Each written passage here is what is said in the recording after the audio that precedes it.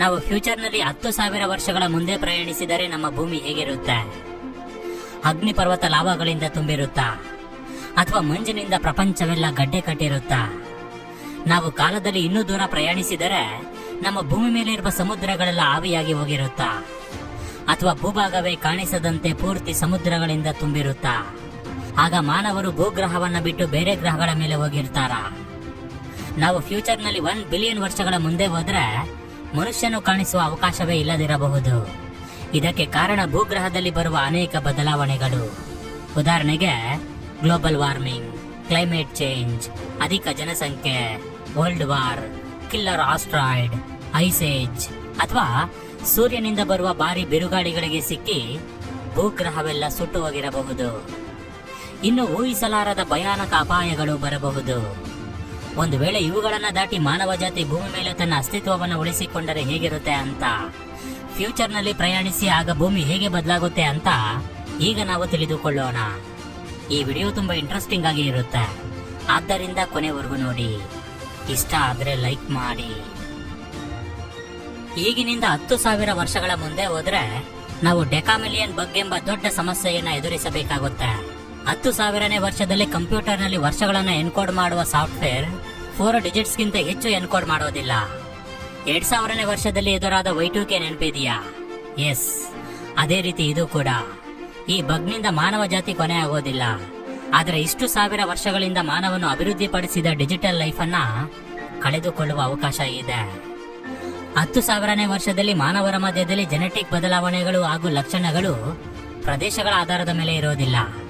ಚರ್ಮ, ಕೂದಲು, ಬಣ್ಣ ಇಂತಹ ಲಕ್ಷಣಗಳು ಪ್ರಪಂಚವೆಲ್ಲ ಒಂದೇ ರೀತಿಯಾಗಿ ಇರುತ್ತೆ. ಈ ಲಕ್ಷಣಗಳು ನಾವು 20,000 ವರ್ಷಗಳ ಕಾಲ ಜೊತೆಯಲ್ಲಿ ಜೀವಿಸಲು ಸಹಾಯ ಮಾಡಬಹುದು. 20,000ನೇ ವರ್ಷದಲ್ಲಿ ನಾವು ಈಗ ಬಳಸುವ ಯಾವ ಭಾಷೆ ಕೂಡ ಈ ಪ್ರಪಂಚದಲ್ಲಿ ಇರೋದಿಲ್ಲ.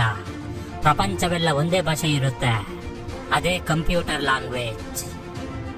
50,000 ವರ್ಷದಲ್ಲಿ ಭೂಮಿ ಮೇಲೆ ಕಲಿಯುಗ ಪೂರ್ತಿಯಾಗಿ ಹೊಸ ಯುಗ ಪ್ರಾರಂಭವಾಗುತ್ತೆ. ಆಗ ಹೊಸದಾಗಿ ಐಸ್ ಏಜ್ ಪ್ರಾರಂಭವಾಗಬಹುದು. ಈ ಕಾಲದಲ್ಲಿ ಚಳಿಗಾಲ ಬಂದ್ರೆ ನದಿ, ಕೆರೆ, ಸಮುದ್ರಗಳೆಲ್ಲ ಗಡ್ಡೆ ಕಟ್ಟಬಹುದು.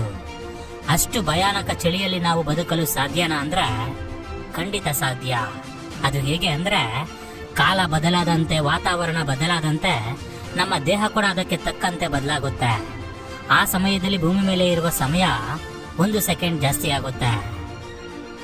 ಇನ್ನು 2,50,000 ವರ್ಷಗಳ ಮುಂದೆ ಹೋದ್ರೆ ಲೋಹಿಹಿ ಅನ್ನೋ ಅಗ್ನಿಪರ್ವತ ನೀರಿನಲ್ಲಿ ಬೆಳೆದು ಹವಾಯಿನಲ್ಲಿ ಒಂದು ಹೊಸ ದ್ವೀಪ ಕ್ರಿಯೇಟ್ ಆಗುತ್ತೆ.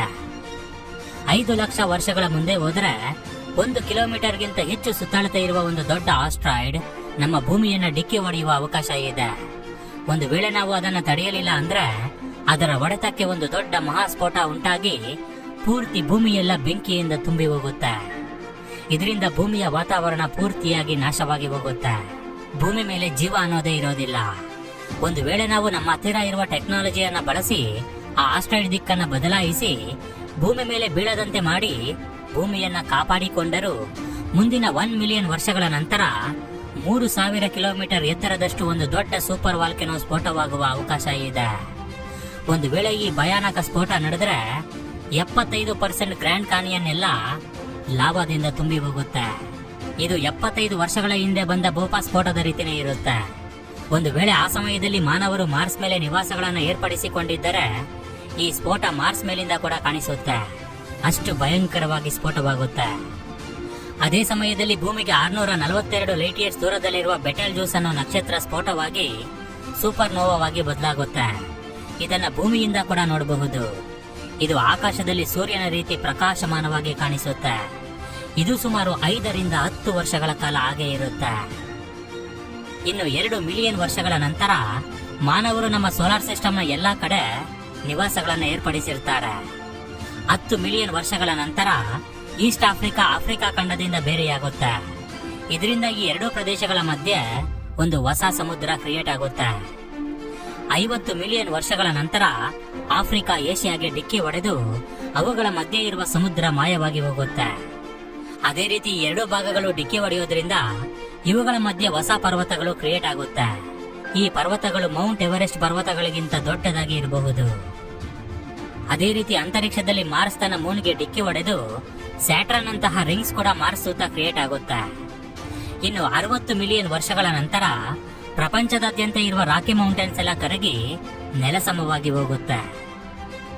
ಇನ್ನು 80 ಮಿಲಿಯನ್ ವರ್ಷಗಳ ನಂತರ ಸಮುದ್ರದಲ್ಲಿರುವ ಐಲ್ಯಾಂಡ್ಗಳೆಲ್ಲ ಸಮುದ್ರದಲ್ಲಿ ಮುಳುಗಿ ಹೋಗುತ್ತೆ. ಇದರಿಂದ ಶ್ರೀಲಂಕಾದಂತಹ ದೊಡ್ಡ ಪ್ರದೇಶಗಳು ಕೂಡ ಮಾಯವಾಗಿ ಹೋಗಬಹುದು.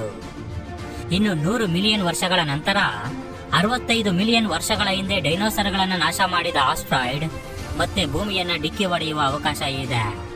ಈ ಆಸ್ಟ್ರಾಯ್ಡ್ ಸುಮಾರು 10 ಕಿಲೋಮೀಟರ್ ಸುತ್ತಳತೆ ಇರುತ್ತೆ. ಒಂದು ವೇಳೆ ಇದು ಡಿಕ್ಕಿ ಹೊಡೆದ್ರೆ ಸೂರ್ಯನ ಸುತ್ತ ಸುತ್ತುವ ಭೂಮಿಯ ಕಕ್ಷೆ ಕೂಡ ಬದಲಾಗಿ ಹೋಗುತ್ತೆ. 250 ಮಿಲಿಯನ್ ವರ್ಷಗಳ ನಂತರ ಭೂಮಿ ಮೇಲೆ ಇರುವ ಎಲ್ಲ ಖಂಡಗಳು ಒಂದೇ ಖಂಡವಾಗಿ ಬದಲಾಗುತ್ತೆ. ಆ ಸಮಯದಲ್ಲಿ ಇದನ್ನ ಪ್ಯಾಂಜಿಯಾ ಅಲ್ಟಿಮಾ ಅಂತ ಕರೀತಾರೆ. ಆದರೆ ಈ ಖಂಡಗಳು ಹೆಚ್ಚು ಕಾಲ ಹಾಗೆ ಇರೋದಿಲ್ಲ. 4 ರಿಂದ 5 ಮಿಲಿಯನ್ ವರ್ಷಗಳ ನಂತರ ಇವು ಮತ್ತೆ ಬೇರೆಯಾಗುತ್ತೆ. ಇನ್ನು 500 ಮಿಲಿಯನ್ ವರ್ಷಗಳ ನಂತರ ನಮ್ಮ ಭೂಮಿಯಿಂದ 6500 ಲೈಟ್ ಇಯರ್ಸ್ ದೂರದಲ್ಲಿ ಗಾಮಾ ರೇ ಸ್ಫೋಟವಾಗಿ ಅದು ನಮ್ಮ ಭೂಮಿಯವರೆಗೆ ಬಂದು ನಮ್ಮ ಭೂಮಿಯ ರಕ್ಷಾ ಕವಚವಾದ ಓಝೋನ್ ಲೇಯರ್ ಅನ್ನ ನಾಶ ಮಾಡುತ್ತೆ. ಇದು ಭಾರಿ ವಿನಾಶಕ್ಕೆ ಕಾರಣವಾಗುತ್ತೆ. 600 ಮಿಲಿಯನ್ ವರ್ಷಗಳ ನಂತರ ಚಂದ್ರ ಭೂಮಿಯಿಂದ ತುಂಬಾ ದೂರ ಹೋಗ್ತಾನೆ. ಆ ಸಮಯದಲ್ಲಿ ಸಂಪೂರ್ಣ ಸೂರ್ಯಗ್ರಹಣ ಬರೋದಿಲ್ಲ. ಇದರ ಬಗ್ಗೆ ಈಗಿನ ವಿಜ್ಞಾನಿಗಳು ಕೂಡ ಹೇಳ್ತಿದ್ದಾರೆ. ಪ್ರತಿ ವರ್ಷ ಚಂದ್ರ ಭೂಮಿಯಿಂದ ಸುಮಾರು 1.48 ಇಂಚ್ ದೂರ ಹೋಗ್ತಿದ್ದಾನೆ. ಇನ್ನು 600 ಮಿಲಿಯನ್ ವರ್ಷಗಳ ನಂತರ ಭೂಮಿಯಿಂದ ಚಂದ್ರ ಎಷ್ಟು ದೂರ ಹೋಗಿರಬಹುದು ಅಂತ ನೀವೇ ಊಹೆ ಮಾಡ್ಕೊಳ್ಳಿ. ಅದೇ ರೀತಿ ಸೂರ್ಯನ ತಾಪಮಾನ ಹೆಚ್ಚಾಗಿ ಟೆಕ್ಟಾನಿಕ್ ಪ್ಲೇಟ್ ಕದಲಿಕೆಯನ್ನು ಪೂರ್ತಿಯಾಗಿ ನಿಲ್ಲಿಸಿ ಬಿಡುತ್ತೆ. ಇನ್ನು 800 ಮಿಲಿಯನ್ ವರ್ಷಗಳ ನಂತರ ಕಾರ್ಬನ್ ಡೈಆಕ್ಸೈಡ್ ಪರ್ಸೆಂಟೇಜ್ ಕಮ್ಮಿಯಾಗಿ ಹೋಗುತ್ತೆ. ಇದರಿಂದ ಫೋಟೋಸಿಂಥಸಿಸ್ ಪ್ರಕ್ರಿಯೆ ಸಾಧ್ಯವಾಗೋದಿಲ್ಲ. ಈ ಪ್ರಕ್ರಿಯೆ ನಡೆಯಲಿಲ್ಲ ಅಂದ್ರೆ ಆಕ್ಸಿಜನ್ ಇರೋದಿಲ್ಲ. ಆಕ್ಸಿಜನ್ ಇಲ್ಲ ಅಂದ್ರೆ ಓಝೋನ್ ಲೇಯರ್ ಮಾಯವಾಗಿ ಹೋಗುತ್ತೆ. ಇದರಿಂದ ಭೂಮಿ ಮೇಲೆ ಇರುವ ಜೀವ ಪೂರ್ತಿಯಾಗಿ ನಾಶವಾಗಿ ಹೋಗುತ್ತೆ. ಇನ್ನು 1 ಬಿಲಿಯನ್ ವರ್ಷಗಳ ನಂತರ ಭೂಮಿ ಮೇಲೆ ಸೂರ್ಯನ ಬಿಸಿಲು ಜಾಸ್ತಿಯಾಗಿ ಭೂಮಿ ಮೇಲೆ ಋತುಗಳು ವಾತಾವರಣಗಳು ಇರೋದಿಲ್ಲ. ಆ ಬಿಸಿಗೆ ಸಮುದ್ರದಲ್ಲಿರುವ ನೀರು ಆವಿಯಾಗಿ ಸಮುದ್ರಗಳೆಲ್ಲ ಮರುಭೂಮಿಯಾಗಿ ಬದಲಾಗಿ ಹೋಗುತ್ತೆ. ಆಗ ಭೂಮಿ ರೀತಿ ಇರೋದಿಲ್ಲ. ಒಂದು ಭಯಾನಕವಾದ ಲಾವಗ್ರಹದ ರೀತಿ ಬದಲಾಗುತ್ತೆ. ಇದೆಲ್ಲ ಸೈನ್ಸ್ ಹೇಳುತ್ತಿರುವ ಒಂದು ಥಿಯರಿ ಮಾತ್ರ. ನಮ್ಮ ವಿಜ್ಞಾನಿಗಳು ಏನ್ ಹೇಳ್ತಾರೆ ಅಂದ್ರೆ ಬೇರೆ ಗ್ರಹಗಳ ಮೇಲೆ ನಿವಾಸಗಳನ್ನ ಏರ್ಪಡಿಸಬಹುದು ಅಂತ. ನಮ್ಮೆಲ್ಲರಿಗೂ ಗೊತ್ತಿರುವ ರೀತಿ ಬೇರೆ ಗ್ರಹಗಳಲ್ಲಿ ಗಾಳಿ ವಾತಾವರಣ ಇರೋದಿಲ್ಲ. ಎಲ್ಲ ವಾತಾವರಣಗಳು ಇರುವ ಭೂಮಿ ಮೇಲೇನೆ ಬದುಕಲು ಸಾಧ್ಯವಾಗ್ಲಿಲ್ಲ ಅಂದ್ರೆ ಇನ್ನು ಬೇರೆ ಗ್ರಹಗಳಿಗೆ ಹೋಗಿ ಹೇಗೆ ಬದುಕಲು ಸಾಧ್ಯ ಹೇಳಿ. ಒಂದು ವಿಷಯ ಮಾತ್ರ ನಿಜ, ಇನ್ನು 1000 ವರ್ಷಗಳ ನಂತರ ಮಾನವನ ಮುಖ ಈಗಿರುವ ರೀತಿ ಇರೋದಿಲ್ಲ. ಎವಲ್ಯೂಷನ್ ಕಾರಣದಿಂದ ಪೂರ್ತಿಯಾಗಿ ಬದಲಾಗಿ ಹೋಗುತ್ತೆ. ಭವಿಷ್ಯದಲ್ಲಿ ಎಂತಹ ಬದಲಾವಣೆಗಳು ಬಂದರೂ ಬಂದಿಲ್ಲ ಅಂದ್ರೂ ಆ ವಾತಾವರಣಕ್ಕೆ ತಕ್ಕಂತೆ ಆ ಪರಿಸ್ಥಿತಿಗಳಿಗೆ ತಕ್ಕಂತೆ ನಾವು ಬದುಕಲೇಬೇಕು. ಒಂದು ವೇಳೆ ಆ ಪರಿಸ್ಥಿತಿಗಳನ್ನು ಸಹಿಸಲು ಸಾಧ್ಯವಾಗಲಿಲ್ಲ ಅಂದ್ರೆ ನಾವು ಸಾಯಲೇಬೇಕು. ಇದನ್ನ ತಪ್ಪಿಸಲು ಯಾರ ಕೈಯಿಂದಲೂ ಸಾಧ್ಯವಿಲ್ಲ. ಇದರ ಬಗ್ಗೆ ನಿಮ್ಗೇನು ಅನ್ಸುತ್ತೆ? ಖಂಡಿತ ನಿಮ್ಮ ಅಭಿಪ್ರಾಯವನ್ನ ಕಾಮೆಂಟ್ ನಲ್ಲಿ ಬರೀರಿ. ಓಕೆ ಫ್ರೆಂಡ್ಸ್, ಈ ಒಂದು ವಿಡಿಯೋ ನಿಮ್ಗೆ ಇಷ್ಟ ಆಗಿದ್ರೆ ಖಂಡಿತ ಲೈಕ್ ಮಾಡಿ, ಶೇರ್ ಮಾಡಿ. Thank you for watching friends. Jai Hind.